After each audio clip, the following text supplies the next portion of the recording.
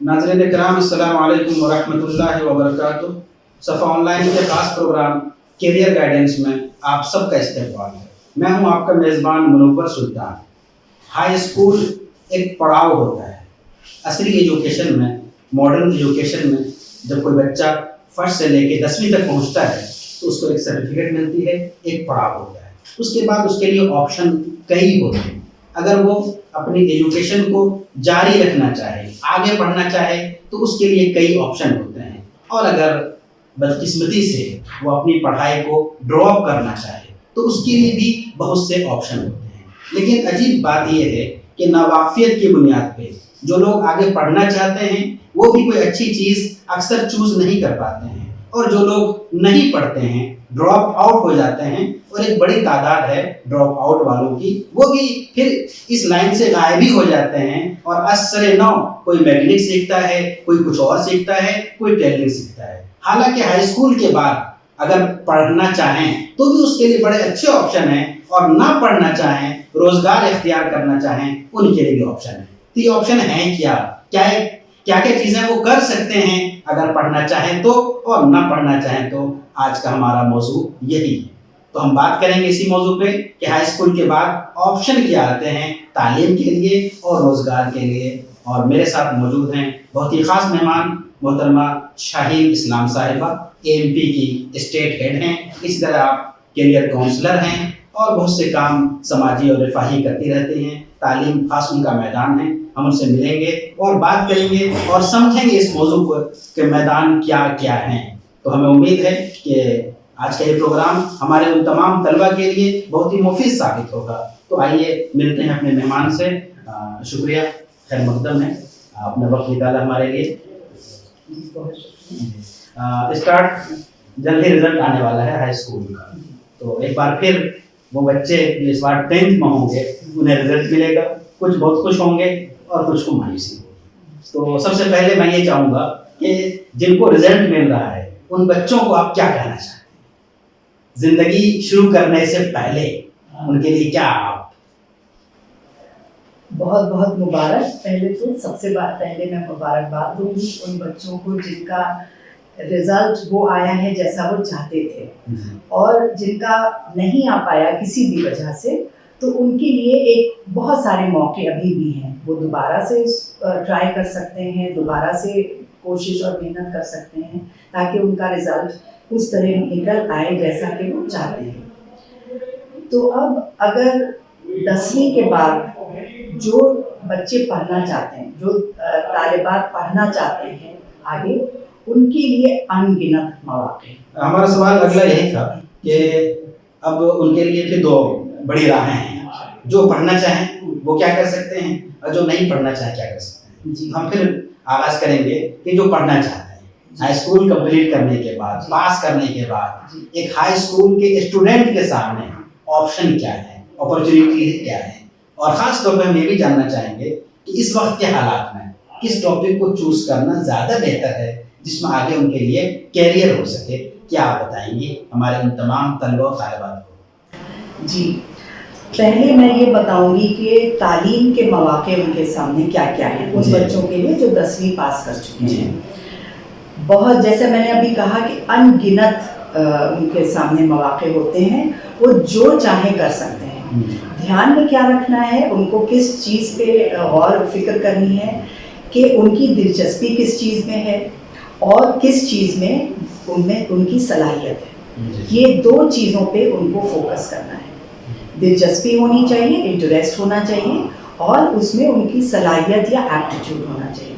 जब ये दो चीज़ें मिलाकर वो अपने सब्जेक्ट्स चूज़ करेंगे, आइंदा जो भी उनको पढ़ना है वो चूज़ करेंगे, तो इंशाअल्लाह कामयाबी उनको ज़रूर हासिल होगी। इस वक्त अगर हम ये सोचें कि कौन सा सब्जेक्ट ऐसा चूज़ करें जो आगे चल के उनके लिए फ़ायदेमंद हो, सूदमंद हो, जो करियर के लिए अच्छा हो, तो ये इसके लिए मैं आपको बताऊं कि माहिरीन का कहना है कि इस वक्त जो बच्चे स्कूल में हैं वो जब तक रोज़गार के लिए तैयार होंगे, करियर के लिए तैयार होंगे, उस वक्त तक 85% बच्चे अभी ऐसे हैं जो ऐसे करियर्स में जाएंगे जो इस वक्त मौजूद नहीं हैं, जिनके बारे में हम नहीं जानते।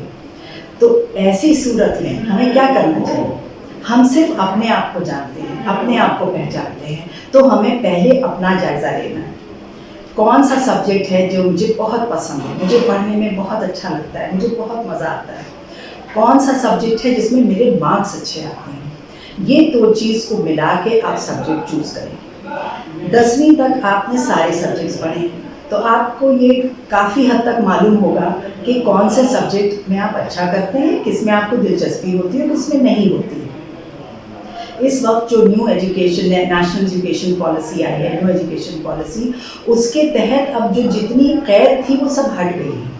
बच्चे जो सब्जेक्ट चाहेंगे वो चूज़ कर सकते हैं। यानी कि अगर फिज़िक्स के साथ वो ज्योग्राफी लेना चाहें तो ले सकते हैं, अगर वो मैथ्स के साथ हिस्ट्री लेना चाहें तो ले सकते हैं। बहुत सी जगह ये पहले से सहूलत मौजूद थी, लेकिन अब ये हर स्कूल को ये अपॉर्चुनिटीज़ फराहम करनी पड़ेंगी। तो ये बहुत अच्छा दौर आ गया है बच्चों के लिए। वो अपनी पसंद के सब्जेक्ट चूज़ कर सकते हैं, उसको लेके आगे बढ़ सकते हैं। और मैं ये दावे के साथ कह सकती हूँ कि जब आप ये दो चीज़ें लेके आगे बढ़ेंगे तो इंशाअल्लाह आपके सामने रास्ते खुद ब खुद खुलते चले जाएंगे। क्योंकि अभी आप अगर तालीम आपको हासिल करनी है 10वीं के बाद, तो अभी रोज़गार तक पहुँचने के लिए आपके पास थोड़ा वक्त है, कम से कम 5 से 6 साल 7 साल इतना है अगर पढ़ना चाहते हैं। तो पहले मैं उसी के बारे में बताऊँगी। तो जैसे मैंने कहा 10वीं के बाद आपके पास बहुत सारी चॉइसेस हैं। जो सब्जेक्ट चाहें, जो आपको पसंद हो, जिसमें आपके अच्छे मार्क्स आते हैं वो आप चूज़ करें और उसी को लेके आप आगे बढ़ें। दूसरी बात ये कहना चाहती हूँ कि ज़्यादातर जो करियर्स हैं वो किसी भी सब्जेक्ट कॉम्बिनेशन से हमें मिल जाते हैं। अगर मैं ये कहूँ, कुछ करियर्स ऐसे होते हैं जिनके लिए हमें ख़ास सब्जेक्ट पढ़ने पड़ते हैं। जैसे इंजीनियरिंग करनी है तो उसके लिए हमें सिर्फ साइंस भी पढ़नी पड़ेगी। अगर हम साइंस नहीं पढ़ेंगे इंजीनियरिंग में नहीं जा सकते। हमें अगर डॉक्टर बनना है तो हमें साइंस के कुछ सब्जेक्ट्स उसमें भी पढ़ने पड़ेंगे। अगर इस तरह के करियर्स में गिनूँ तो मैं अपने एक हाथ की 5 उंगलियों पे गिन सकती हूँ ग्रुप्स ऑफ करियर्स कहेंगे। एक इंजीनियरिंग, मेडिसिन, अगर आपको साइंटिस्ट बनना है, अगर आपको नेवी में जाना है, अगर आपको एयरफोर्स में जाना है। बस ये 5 ग्रुप्स हैं जिनके लिए आपको कुछ ख़ास सब्जेक्ट पढ़ने पड़ेंगे और वो है साइंस सब्जेक्ट। बाकी जितने भी करियर्स हैं उनमें आप कोई भी सब्जेक्ट कॉम्बिनेशन लेके जा सकते हैं। तो अगर आपको ये इनमें 5 ग्रुप्स में से कोई चूज़ करना है तो बेशक साइंस पढ़नी पड़ेगी। इसके अलावा कोई भी करियर अगर आपको चाहिए जिसमें आप जाना चाहते हैं तो कोई भी अपनी पसंद के सब्जेक्ट्स आप ले सकते हैं। तो बहुत खूबसूरत दौर, जैसे मैंने कहा था, बहुत अच्छा दौर बच्चों के लिए है। पहले भी था लेकिन हमें जानकारी नहीं थी, अब और आसानी होने वाली है। एक चीज़ देखनी पड़ेगी, एक चीज़ और यहाँ पे मैं कहूँगी कि ये 5 जो मैंने करियर के ग्रुप्स बताए आपको, इसमें भी ऐसा हो सकता है कि आप मान लीजिए आप इंजीनियर बनना चाहते हैं, आपको फिज़िक्स, केमिस्ट्री, मैथ पढ़नी पड़ेगी। अब फिज़िक्स, केमिस्ट्री मान लीजिए आप अच्छी तरह कर लेते हैं लेकिन मैथ आप नहीं कर पा रहे हैं या स्कूल आपको लेने नहीं दे रहा है क्योंकि आपके मार्क्स अच्छे नहीं आए। उस केस में आप क्या कर सकते हैं, फिज़िक्स, केमिस्ट्री तो आपने स्कूल से पढ़ लिया और मैथ को आपने ओपन स्कूल से पढ़ा ताकि आपकी एलिजिबिलिटी उस करियर के लिए हो जाएगी। तो ये सब चीज़ें कंबाइन करके किसी भी कहीं पर भी मायूस होने की ज़रूरत नहीं है। अगर स्कूल आपको वो नहीं दे पा रहा है तो वही सब्जेक्ट आप ओपन स्कूल से कर सकते हैं ताकि फिर आप उस करियर में जाने के लिए तैयार रहें, एलिजिबल हो जाए। तो जैसे मैंने कहा कि यहाँ पर आगे बढ़ने के लिए अगर पढ़ाई करनी है तो वो सब्जेक्ट चूज़ कीजिए जो आपको पसंद है, जिनमें आप अच्छा करते हैं और जिनमें आपके मार्क्स अच्छे आते हैं। सो तालीम के और फिर जैसे 12वीं आप करेंगे, 12वीं के बाद और महदूद हो जाएंगे सब्जेक्ट। 12वीं में आपको 5 सब्जेक्ट पढ़ने पड़ेंगे, उसके बाद और आपको आगे चूज़ करना होगा तो 2 से 3 सब्जेक्ट, 4 भी हो सकते हैं। तो ये कम होते होते होते फाइनली जितना आप आगे बढ़ते जाएंगे आप स्पेशलिस्ट होते जाएंगे, स्पेशलाइज करते जाएंगे और हर सब्जेक्ट का स्पेशलाइजेशन अभी भी मौजूद है, आगे और होंगे और हर सब्जेक्ट से आप बहुत सारे डिफरेंट करियर्स में जा सकते हैं। तो जो आपको पसंद है उसी को लेके आगे बढ़ें, जिसमें आपकी सलाहियत है उसी को लेके आगे बढ़ें। सब्जेक्ट तो बहुत सारे हैं, और जैसे कि आपने कहा कि अनगिनत हैं, सबको जो पसंद की चीज़ वो ले सकते हैं। लेकिन सवाल ये है कि ऐसे सब्जेक्ट जो आम तौर पे अवेलेबल हैं, एक स्टूडेंट शहर में है तो उसके लिए फैकल्टीज बहुत से हो सकते हैं, लेकिन वो डिस्ट्रिक्ट में है तो फैकल्टीज कम होंगी उनके पास। तो बेसिक चीज़ें क्या हैं जिससे वो आगे बढ़ सकते हैं, बिल्कुल उसके लिए चूज करना आसान हो जाए? देखिए, बेसिक सब्जेक्ट्स जो शहर में हैं वही हमको हर जगह मिलते हैं, हर डिस्ट्रिक्ट में भी मिलेंगे। अच्छा। और वो बेसिक सब्जेक्ट्स साइंस के हैं, 3 सब्जेक्ट साइंस के हैं, फिजिक्स, केमिस्ट्री, बायोलॉजी। एक मैथ है, वो हर जगह आपको मिलेगा। फिर सोशल स्टडीज के सब्जेक्ट्स हैं जिसमें हिस्ट्री, ज्योग्राफी, सिविक्स आ गया, पॉलिटिकल साइंस आ गया, कहीं कहीं पर इकोनॉमिक्स मिल जाती है। नहीं मिल, शहर के भी बहुत से स्कूलों में इकोनॉमिक्स नहीं मिलती है। तो लेकिन ये कोई सब्जेक्ट ऐसा नहीं है जिसको आप अगर 11वीं में नहीं पढ़ा, 12वीं में नहीं पढ़ा तो आगे नहीं पढ़ सकते, ऐसा नहीं है। तो अगर आपने 12वीं तक इकोनॉमिक्स नहीं पढ़ी है, उसके बाद आप पढ़ना चाहते हैं तो पढ़ सकते हैं। 11वीं तक आपको साइकोलॉजी पढ़ने का मौका नहीं मिला तो आप 12वीं के बाद उसको पढ़ सकते हैं। सिर्फ साइंस और मैथ के साथ यह कैद है कि अगर आपने उसको बीच में किसी साल भी ड्रॉप कर दिया तो फिर आप उसको आप दोबारा से वापस नहीं पढ़ सकते। और साइंस हर जगह ज्यादातर मौजूद है। तो ये सब्जेक्ट्स के बारे में हो गया। आम सब जगह आपको जो आम सब्जेक्ट्स है, कॉमन सब्जेक्ट्स है, सब जगह मिलेंगे। जो नहीं मिलेंगे वो 12वीं के बाद आप पा सकते हैं। मैंने ये सुना था कि हाई स्कूल के बाद आमतौर पे 2 सब्जेक्ट में से एक को चूज करना पड़ता है, 2 लाइन हो जाती है, एक मैथ की लाइन अलग हो जाती है और एक साइंस की लाइन अलग हो जाती है। उसको डॉक्टर बनना है या साइंस से आगे बढ़ना है उसके लिए साइंस मस्ट है, बाकी जिसको चाहे वो ऐड करना है। और दूसरी तरफ अगर इंजीनियरिंग करना है उसको या इस फील्ड में जाना है उनको सीए करना है तो फिर मैथ को लेकर आगे चले। क्या इसी तरह है? 2 वजूहात से कोई भी सब्जेक्ट लेना चाहिए। या तो आगे आपका करियर, अब जिस करियर में आपको जाना है उसके लिए वो सब्जेक्ट जरूरी है, एलिजिबिलिटी के लिए आपको वो लेना चाहिए। या आपको वो सब्जेक्ट्स पसंद है, जैसे मैं कई बार कह चुकी हूँ, सब्जेक्ट्स पसंद है और उसमें आपके मार्क्स अच्छे आते हैं। बस ये 2 वजह होनी चाहिए आपको कोई भी सब्जेक्ट पिक करने के चूज करना। आमतौर पे स्टूडेंट का मिजाज ये होता है कि आर्ट्स आज के दौर में उसकी ज़्यादा कोई कैरियर नहीं है, उसके मुकाबले में मैथ उसके लिए इंजीनियर बनना और फला जगह चीज़ें और साइंस, मेडिकल, तो ज़्यादा रुझान इधर होता है, आर्ट्स की तरफ उम्र कम होता है। तो ऐसा मतलब क्या करियर में कमी है या कुछ गलतफहमी है इसमें? ये बहुत बड़ी गलतफहमी है, बहुत बड़ी गलतफहमी है। मैं ऐसे लोगों को जानती हूँ जो कि हिस्ट्री में पीएचडी किए हैं और स्टेट एसबीआई के ऑनररी बोर्ड पे रह चुके हैं। अब ये सवाल पूछ सकते हैं कि बैंक का हिस्ट्री से क्या ताल्लुक है? कोई नहीं। ताल्लुक क्या किस तरह पैदा हुआ कि जब उस शख्स ने वो सब्जेक्ट पढ़ा जिसमें उसको दिलचस्पी थी तो हायर ऑर्डर थिंकिंग स्किल्स पैदा होती है, यानी कि हमारी जहन साजी होती है, हमारा जहन खुलता है और हमारे अंदर कुछ स्किल्स डेवलप हो जाती हैं। वो मैं आगे चल के आपको बताऊंगी स्किल्स की। अभी बात क्योंकि आगे तो मैंने कर दी, आगे चल के बताऊंगी कि स्किल्स कितनी ज्यादा इम्पोर्टेंट होती है, उनकी कितनी ज्यादा अहमियत होती है। कुछ जगह मैं ये भी कह सकती हूँ कि आपकी डिग्री से ज्यादा इम्पोर्टेंट स्किल्स होना चाहिए।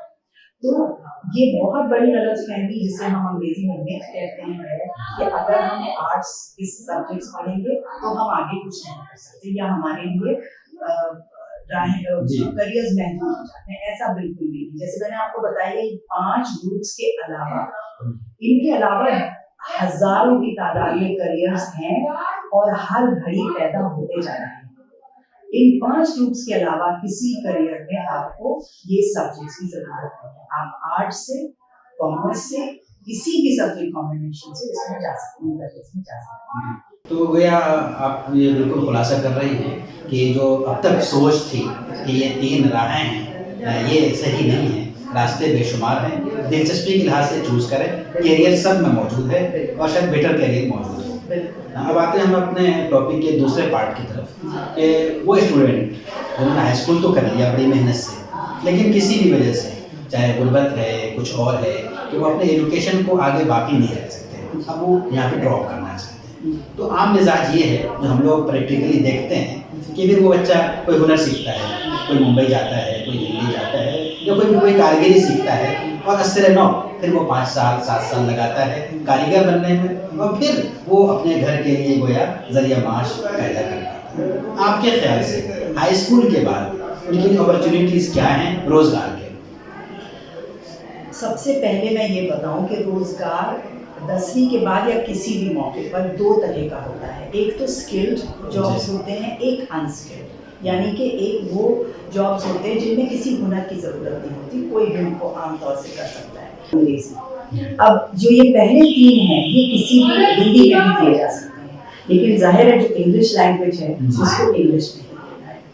और थोड़ी से कुछ महीनों की प्रैक्टिस से, कुछ महीनों की मेहनत से बच्चे इसको दे सकते हैं। 10वीं तक अगर अच्छी तरह उन्होंने पढ़ाई की है, पूरे अटेंशन के साथ अपना इम्तिहान दिया है, 50% उनके मार्क्स आ गए हैं, तो वो 10वीं में ही बोर्ड की भी तैयारी करें और इस SSC एग्ज़ाम की भी साथ साथ तैयारी करें, ताकि 10वीं के फौरन बाद ये एग्ज़ाम भी दें। इसमें उसके बाद एक तो ये हो गया रिटन टेस्ट होगा, उसके बाद एक इंटरव्यू होगा और फिर एक मेडिकल एग्जाम। गवर्नमेंट जॉब्स के लिए ये 3 शर्त। किस टाइप के जॉब मिलते हैं इसमें वो भी मैं आपको बताती हूँ। ये 5 महकमे हैं मेन। एक तो डिफेंस, जिसमें आर्मी एयरफोर्स में दिया जाता है। मतलब हाई स्कूल के बाद आर्मी में जा सकते हैं?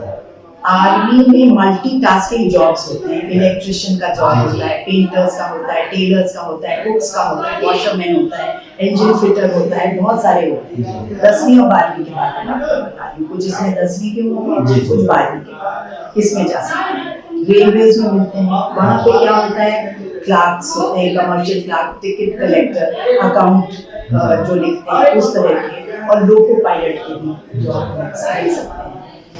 फिर रेलवे पुलिस फोर्स में कांस्टेबल की, जूनियर क्लार्क की, टाइपिस्ट की, इस तरह की जॉब्स, लेकिन शर्त जो मैंने पहले बताई वो सब क्रॉस कर। सरकारी बैंक्स में नौकरियां मिलती हैं हाई स्कूल के बाद। हाई स्कूल के बाद, लेकिन जो मल्टीपर्पज स्टाफ कहलाता है, जो कि सिक्योरिटी गार्ड हो सकता है, जिसको क्लीनिंग का काम कर सकता है, ऑफिस बॉय हो सकता है, टी बॉय हो सकता है, इस तरह से। फिर स्टाफ सिलेक्शन कमीशन, ये सेंट्रल गवर्नमेंट के बहुत सारे जॉब्स निकलते हैं, जिसमें डेटा एंट्री, जैसे कोई कंप्यूटर, बच्चे आजकल मोबाइल बहुत अच्छी तरह यूज़ कर लेते हैं, अगर उनको दिया जाए लैपटॉप या कंप्यूटर मिल जाए तो बहुत अच्छी तरह वो उसको भी कर सकते हैं, उनकी जहन साजी हो चुकी होती है मोबाइल चला चला के। तो अगर उनको शौक़ है तो वो अपनी थोड़ी सी मेहनत के बाद इस तरह के स्टाफ सिलेक्शन कमीशन,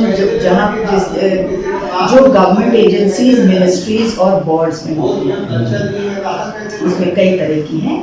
और फिर आखिरी है पुलिस फोर्स में, जहाँ पर सीनियर और हेड कांस्टेबल और फायरमैन, ड्राइवर्स, जो डिफेंस में थी उसी से मिलती जुलती जॉब्स इसमें पुलिस फोर्स में भी हैं। लेकिन यहाँ पर मेडिकल फिटनेस, जैसे मैंने बताया, वो तो बच्चों के अपने सेहत का, अपने खाने पीने का, इन सब का भी ख्याल रखना बहुत ज़रूरी है। अगर कोई भी आप सरकारी नौकरी चाहते हैं तो आपको फिजिकली फिट होना बहुत ज़रूरी है। तो रेगुलर एक्सरसाइज करें, अच्छी खुराक लें, सेहतमंद खुराक लें, जंक फूड अवॉइड करें और कुछ ना कुछ एक्सरसाइज ज़रूर करें। बच्चों को बहुत ज़्यादा ज़रूरत नहीं होती, वैसे ही बहुत एक्टिव होते हैं, लेकिन आप थोड़ा सा एक्स्ट्रा कुछ कर लीजिए, जैसे आधे घंटे वॉक कर लिया, साइकिलिंग कर ली, या अगर आपको तालाब में स्विमिंग का शौक़ है तो तालाब में जाके स्विमिंग कर ली। कोई भी एक्सरसाइज आप करेंगे तो इंशाल्लाह फिजिकली फिट आप रहेंगे। तो ये तो सरकारी जॉब्स के बारे में हो गया। अब मैं बताऊं कि प्राइवेट जॉब्स में भी ये बच्चे 10वीं के बाद जा सकते हैं। यहाँ पर थोड़ी और ये लिबरल है, फ्लेक्सिबिलिटी है, जैसे जो उम्र की कैद थी वो इतनी ज़्यादा नहीं है, ज़्यादातर कोई रिटन एग्ज़ाम नहीं होता, इंटरव्यू ही तक महदूद रहता है, कोई इम्तिहान वगैरह नहीं होता।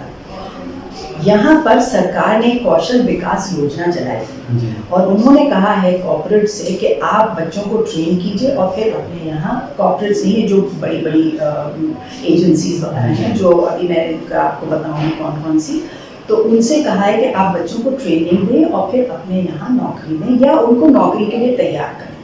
तो वो या तो फिर जब वो ट्रेन हो जाएंगे बच्चे, जी। टेक्निकली ट्रेन हो जाएंगे, तो वो नौकरी भी कर सकते हैं और अपना भी कुछ बिजनेस स्टार्ट कर सकते हैं। तो ये जैसे इलेक्ट्रॉनिक्स और हार्डवेयर है। यहाँ पर मैं बताऊँ, वर्लपूल एक कंपनी है जो फ्रिज, एसी और वॉशिंग मशीन बनाती है। लखनऊ में उनकी ट्रेनिंग प्रोग्राम चलते रहते हैं और उसमें वो बच्चों को ट्रेन करते हैं और ये इतनी अच्छी योजनाएं हैं। इसमें 3 महीने तक बच्चों को ट्रेन करते हैं। 9 से 5 या 10 से 4 ऐसे कुछ टाइमिंग्स हैं उनके, उसमें जाते हैं, वहाँ पे उनको खाना पीना मिलता है और इस ट्रेनिंग के बाद कहीं कहीं पर वो स्टाइपेंड भी देते हैं बच्चों को, ताकि आने जाने का खर्चा निकल आए, या अगर वो दूसरे शहर से आके रह रहे हैं तो उनका खर्चा, उसका रिहाइश का खर्चा निकल आए। कहीं कुछ देते हैं, कुछ नहीं भी देते। और उस ट्रेनिंग के बाद उनको सर्टिफिकेट मिलता है। अक्सर वो अपने ही यहाँ उन बच्चों को एब्जॉर्ब कर लेते हैं और बहुत से बच्चे अपना कुछ छोटा सा बिजनेस स्टार्ट करते हैं, जहाँ पर वो ये सब टेक्निकल काम शुरू कर देते हैं। तो इसके लिए भी क्या, मैं थोड़ा सा रुकूंगा जी। इसके लिए भी हाई स्कूल की सर्टिफिकेट चाहिए? जी जी, सर्टिफिकेट जरूरी है। सर्टिफिकेट जरूरी है। हाई स्कूल और कहीं कहीं पे 8वीं का भी चल रहा है। अच्छा, ठीक है। कहीं पर वो 8वीं के बच्चे हैं। तो मिनिमम अभी तक मुझे 8वीं का पता है। अब आ गया बच्चों को, लड़के भी या लड़कियां भी, जो कि जिनको सिलाई का या कढ़ाई का इस सब का शौक है जी। तो इसके लिए भी यहाँ पर लखनऊ में ही रेमंड्स कंपनी है जो कि बच्चों को प्रोफेशनली सिलाई सिखाती है और उनको यूनिफॉर्म देती है। वही उनको 3 महीने का कोर्स है, रोज जाना है, 6 दिन, हफ्ते में 6 दिन जाना है।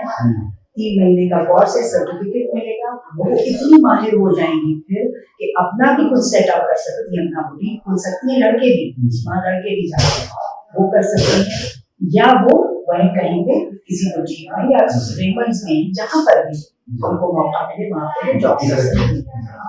फिर आ गया ब्यूटी एंड वेलनेस। कुछ लोगों को ये शौक होता है हिना लगाने का, सजावट का, उसके लिए भी है। ये सिर्फ लड़कियों के लिए है या लड़कों के लिए? ये सब लड़के लड़कियों, कुछ इसमें जैसे जो ये वर्लपूल का था, ये सिर्फ लड़कों के लिए। अच्छा।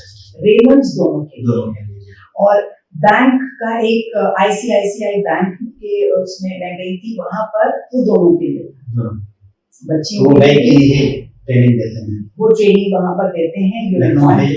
लखनऊ में कुछ साल पहले मैं गई थी तो मुझे पता, और अभी भी होगा। रेमंड्स तो है जी, उसके उनका ट्रेनिंग सेंटर की मैं बात कर रही हूँ। रेमंड्स की शॉप्स तो हैं, वर्लपूल की भी है, लेकिन ये मैं ट्रेनिंग सेंटर की बात कर रही हूँ। वहां पर ये सब ट्रेनिंग मिलती है। तो जैसे मैंने बताया कि मौके बहुत हैं, बहुत सारा कुछ बच्चे कर सकते हैं। एक तो उनको अवेयरनेस हो जाए और फिर उनको मेहनत करनी, इनिशियल उनको मेहनत करना, उनको कुछ ना कुछ अपना वक्त देना पड़ता है। जो वक्त इसमें गुजारते हैं मोबाइल को लेकर, बहुत अच्छी चीजों से बहुत सा हुनर वो सीख रहे हैं, लेकिन उसको सही तरीके से, सही तरह यूज नहीं। बहुत ही कीमती बातें बताई आपने। आगे बढ़ने से पहले 2 सवाल और है हमारे पास, जो हम चाहेंगे उसकी वजाहत हो जाए। एक तो ये कि आमतौर पे गार्जियन खुद ही तय करते हैं बच्चों के लिए कि वो क्या करेंगे। बच्चा छोटा होता है तो ख्वाब गार्जियन के दिलों में डॉक्टर बनेगा, इंजीनियर बनेगा। बच्चों का अपना शौक क्या है, ये उम्र नजरअंदाज कर दिया जाता है और गार्जियन कहीं न कहीं से एक फोर्स होता है उसको डॉक्टर बनना है। तो इस बारे में आप क्या कहेंगे? इस बारे में मैं ये कहूँगी, वालिदैन से ये कहूँगी कि आप अपनी लाइफ जी चुके, मैं अपनी लाइफ जी चुकी, अब मुझे बच्चे को देखना है। वो एक जीता जागता मेरी तरह इंसान है, उसकी ख्वाहिशें उतनी इम्पोर्टेंट हैं उसके लिए जितनी मेरे लिए, और उसको पहचानना, उसको पहचान के फिर आगे बढ़ना और उसको सपोर्ट करना, वालिदैन का सिर्फ और सिर्फ ये काम है। उनको अपनी लाइफ अपने बच्चे के थ्रू नहीं जीने है। बच्चे को अपनी लाइफ जीने दो, उसको उनसे पूछे उसे क्या करना है, क्या करना चाहता है, और पूछने की भी जरूरत नहीं है। अगर आपने अपने बच्चे पे ध्यान दिया है तो आपको खुद ही पता चल जाएगा कि आपके बच्चे को किस चीज का शौक है, क्या करना चाहता है, क्या उसकी सलाहियत है, उसी को आप सपोर्ट कीजिए। अमूमन ये बच्चे जो भटकते मतलब ये कि सही फैसला नहीं कर पाते, वो इस तरह के प्रेशर की वजह से, और सिर्फ वालिदैन की तरफ से नहीं, कभी कभी पीयर अपने साथियों की तरफ से भी होता है। तो दोनों तरह के प्रेशर से बिल्कुल आजाद होकर बच्चे को चूज करने की का मौका देना चाहिए। दूसरी चीज जो जानना चाहेंगे कि हाई स्कूल जो लोग खुदा न खास्ता किसी वजह से नाकाम होते हैं, तब वो दिल भी टूट जाता है उनका, पढ़ाई भी छोड़ देते हैं और फिर दूसरे काम में लग जाते हैं। तो ऐसे लोग हाई स्कूल को कंप्लीट कैसे कर सकते हैं?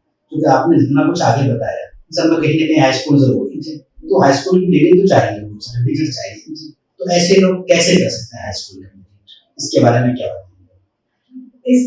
ये बच्चे ओपन स्कूल से कर सकते हैं। वो ओपन स्कूल में एडमिशन ले लेंगे, वहां से उनको सिलेबस और बुक्स मिल जाएंगी और उसकी वो तैयारी करें। उसमें 5 साल का वक्त दिया जाता है। जैसे जब बच्चा तैयार होगा वो कह सकता है कि मैं इस सब्जेक्ट में इम्तिहान देना चाहता हूँ, मैं इसकी तैयारी करूँ, उसने इम्तिहान दे दिया। उसके ऊपर बोर्ड एग्जाम की तरह बर्डन नहीं होता है कि हमें आज के दिन में सबके साथ देना है, कितना देना है, इसी दिन देना है, ऐसा कुछ नहीं होता। बहुत आजादी होती है ओपन स्कूल में। जब बच्चा जिस सब्जेक्ट के लेके तैयारी कर चुके, वो जाके अपना इम्तिहान दे सकते।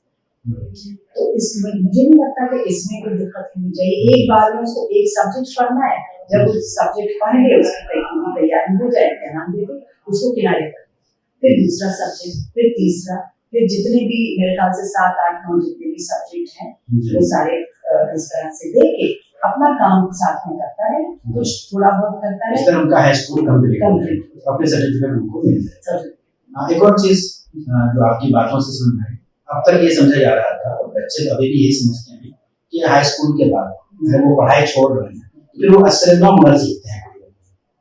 लेकिन अभी जो आपने जो स्किल्स की बात बताई, अब उसको असरना उस अंदाज से नहीं सीखना है, बल्कि पढ़ाई से अटैच होके ही उनके शौक के मुताबिक स्किल्स मौजूद है, उसकी थोड़ी सी मैं चाह रहा हूँ वजाहत और हो जाए ताकि वो समझ सके हमारे तलबा कि वो ये पढ़ाई का एक हिस्सा ही है, जो स्किल है, मतलब अपने पैर पे खड़े हो जाएंगे। जी, तो जैसा मैंने new education national education policy की बात की थी, इसमें अब हुनर को भी शामिल करके पढ़ाया जाए, पढ़ाई का हिस्सा, क्योंकि ये एक गैप रह जाता है। जो हम बेरोजगारी देखते हैं आजकल, उसकी बहुत बड़ी वजह ये है कि डिग्री तो कैंडिडेट के पास होती है, लेकिन जो उस जॉब को करने के लिए उसको हुनर चाहिए वो नहीं हो पाता है।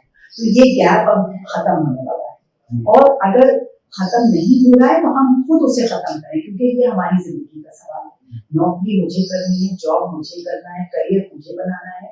तो अगर वो हुनर मेरे अंदर नहीं है जो मुझे आगे चाहिए, तो मैं उसको धीरे धीरे अपने अंदर खुद पैदा करूं। उसका इस वक्त एक बहुत अच्छा तरीका ये है कि ऑनलाइन ये इंटर्नशिप प्रोग्राम्स बहुत सारे हैं फ्री ऑफ कॉस्ट, जिनको मूक्स कहा जाता है, massive online open online course internships courses.